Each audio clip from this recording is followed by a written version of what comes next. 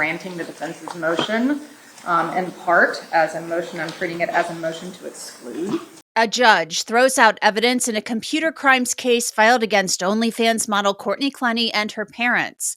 Clenney's lawyer is here to talk about what it means for that case and the case in which Clenney is accused of killing her boyfriend, Christian Obumseli. Thanks for joining me for Crime Fix. I'm Angenette Levy. Earlier this year, Courtney Clenney and her parents, Clenney and Deborah Clenney, were charged with unauthorized access or excessive access to a computer system, or electronic device. A warrant claimed that Clenney and her parents essentially hacked into Christian Obumseli's laptop, and that Courtney Clenney's lawyers were a part of the effort. Clenney faces a second-degree murder charge for the April 2022 stabbing death of her boyfriend, Christian Obumseli. She claims it was self-defense. Many of their interactions were caught on camera. Anyway, I was sober for 2 weeks. 2 weeks. And now why am I not sober? Because of you. Ask her, did I touch her breast yesterday? Instigative years. No, you're telling me I touched her breast yesterday when I...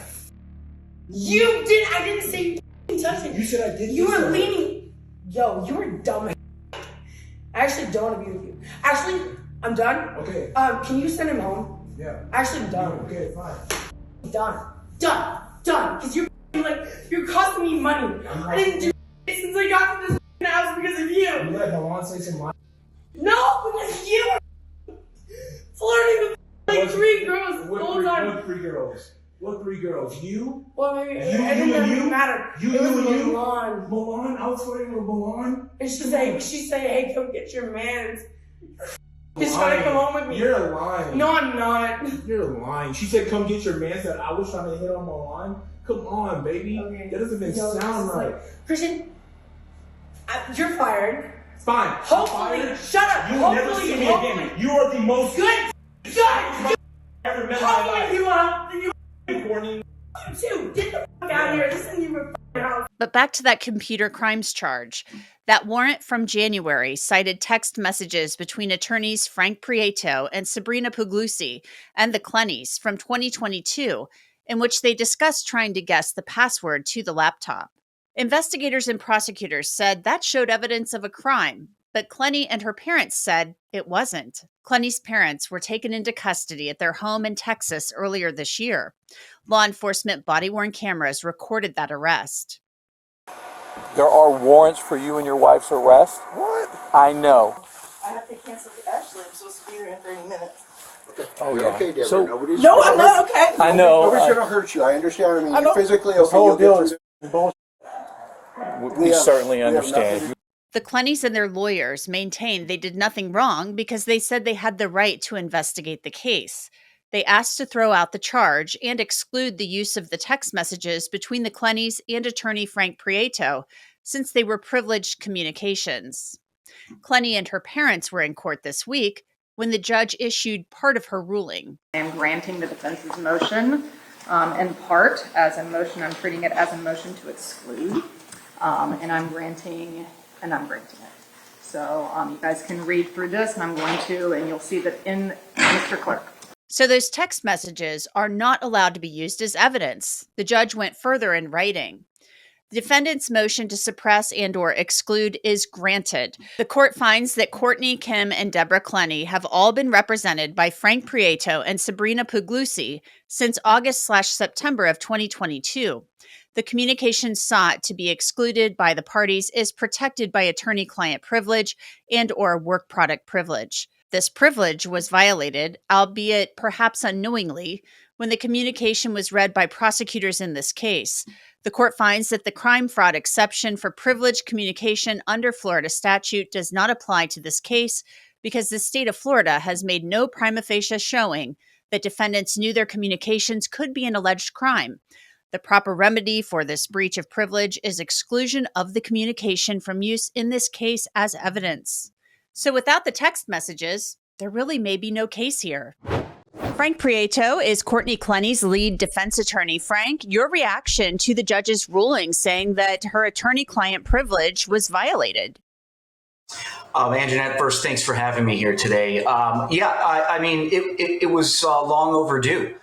The judge clearly, she took evidence, she took testimony, And I think that her order speaks volumes that she saw that the conduct on behalf of the state attorney's office was wrong.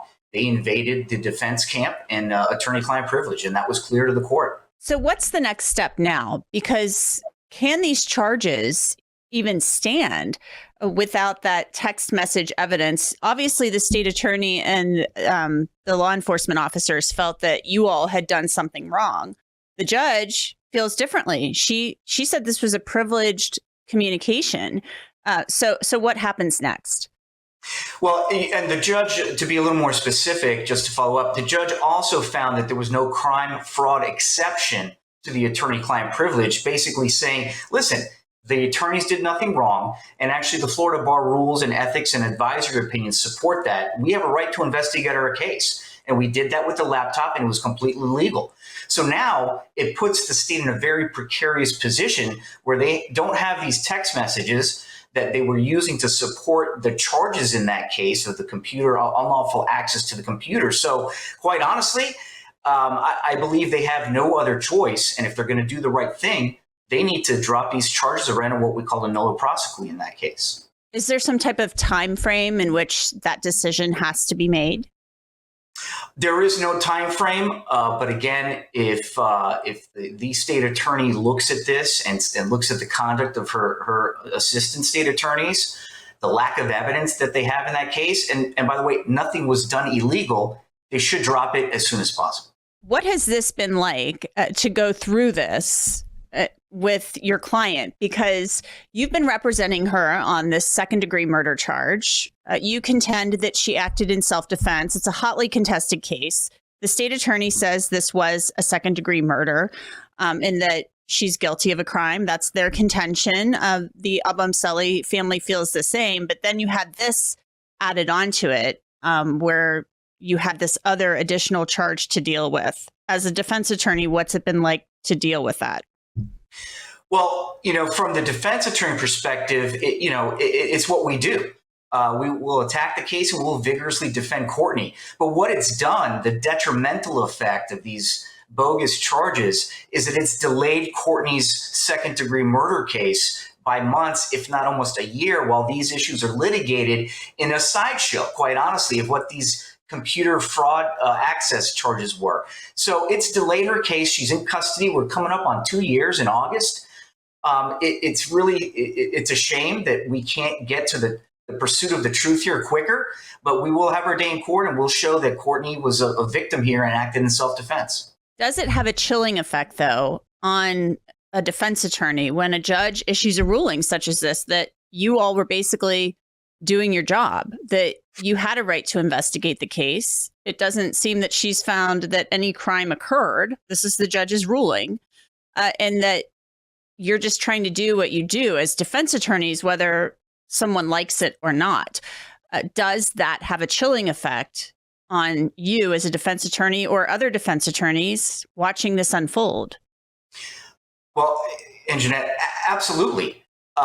If you recall, or some of your viewers may recall, the search warrant that was issued in relation to that computer crime case basically listed the attorneys as co-conspirators or unindicted co-conspirators, to use federal language.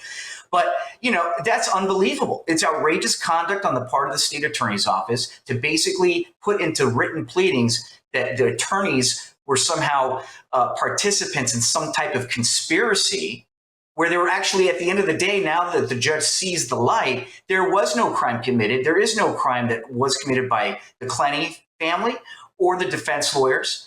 And the judge's order speaks volumes to that we have a right to investigate our case. If the police leave evidence behind, I have an absolute duty to investigate that, look through it, and the obligation would be to turn it over if there is evidence. And at the end of the day, guess what? There's nothing on this laptop that's useful for the state or the defense. When is the trial now going to take place? I mean, it was going to take place, I thought, this year. That's what the goal was, for sometime later this summer. So when do you see this taking place? Well, unfortunately, I think the earliest would be the end of the year. It may go into the first quarter of next year, simply because now that we have this judge's ruling, this is going to have a spillover effect into the second degree murder charge case, because it's clear that the state attorneys reviewed confidential attorney-client privilege communications where we were discussing our defense strategy for the murder case. So they were privy to our interpretations of our experts that we've hired, and they've invaded the defense camp. So clearly what's coming down the pike here is a motion to recuse the entire state attorney's office in Miami-Dade, because they cannot be fair and impartial. They have now got a glimpse into the defense's strategy. That can't stand. I was going to ask you about that, if you were going to ask them to recuse themselves, because if the judge is saying that you didn't violate attorney-client privilege, and yet there were these text messages that they went through, and that's what law enforcement does. They download a cell phone and they go through this stuff and they look through it. I mean, it's like, should a special master have been appointed to go through this and look at what was privileged and what wasn't? And that does happen sometimes in these cases. Right. And that's exactly, that's a great point. Had the state attorney's office acted properly, ethically, as soon as they saw there were communications between attorneys, they should have stopped. They should have brought it before the court for in-camera proceedings, for the court to make a determination whether it's protected material. But this prosecutor wanted to be the judge and the jury and the prosecutor all in one, and he just decided unilaterally, oh, well, Mr. Prieto can't represent the family, so I'm just going to read through everything. It's comical. So were you technically representing all of them at that point in time, and then it becomes, you know, when they are charged with the crime, you can't represent them, so they get other counsel, the parents, I mean? Yeah, that's correct. So part of the evidentiary portion of the hearing on whether or not the state attorneys invaded the attorney-client privilege, we introduced the retainer agreement that I had with the Clenney family, not just Courtney, with the entire Clenney family dating back to September and actually April of 2022. So we provided that to the court. She reviewed it, and yeah, so I was their family attorney advising them on multiple factors related to the cases. But when it came down to the fact that the state basically accused myself and my co-counsel, Ms. Puglisi, of being co-conspirators in that case and witnesses in that case, we brought in outside counsel, which is the proper and ethical thing to do. So what's the next step now, other than working toward a trial date? A motion to recuse, you're saying, will be filed, that you'll be filing that to recuse the state attorney's office. What happens after that? So if the court, and you know, we believe the court should grant a motion to recuse the state attorney's office. So if that does happen, the governor needs to appoint a separate state attorney's office from another circuit, and they'll take over the case, which is obviously going to delay things even longer. But there's still quite a lot of motions that will need to be litigated. We have motions to suppress. We're going to be presenting. We have experts lined up that we've already disclosed to the state. There's potential other experts that we're looking to hire. There's still a lot of meat on the bone, so to speak, of what the defense has to accomplish before we're trial ready. So we're probably looking into early next year. Frank, the body camera footage that came out in discovery that showed Courtney in the immediate aftermath of this stabbing as first responders arrived, do you have anything to say about that, about what it showed with how Courtney was responding and reacting? Yeah, and Angenette, that's not new to me. I think it's new to the media that they've put that out there. But yeah, I've reviewed it all, and it's quite telling in her reaction. She's clearly in distress. She's in an excited state. She's clearly in panic mode. She was just holding her boyfriend in her arms as he was bleeding. And one thing that I find very telling is her statement to the police is her concern for her boyfriend, and followed up with her early statements about what had happened, that she threw the knife, that he was attacking her. So her statement immediately upon the first responders showing up is completely consistent with what she told the investigators at the Homicide Bureau when she was interviewed. Her story has never changed. It's been consistent because The fact of the matter is, she was defending herself that night. Frank Prieto, thank you so much. Thank you for having me. I reached out to a spokesperson for the Miami-Dade State Attorney's Office. At the time of this recording, I had not yet heard back. A status conference on that computer crimes case will be held in August. At that time, the prosecution will have to say how they will move forward. They may have to dismiss the charge. That's it for this episode of Crime Fix. I'm Angenette Levy. Thanks for being with me. I'll see you back here next time.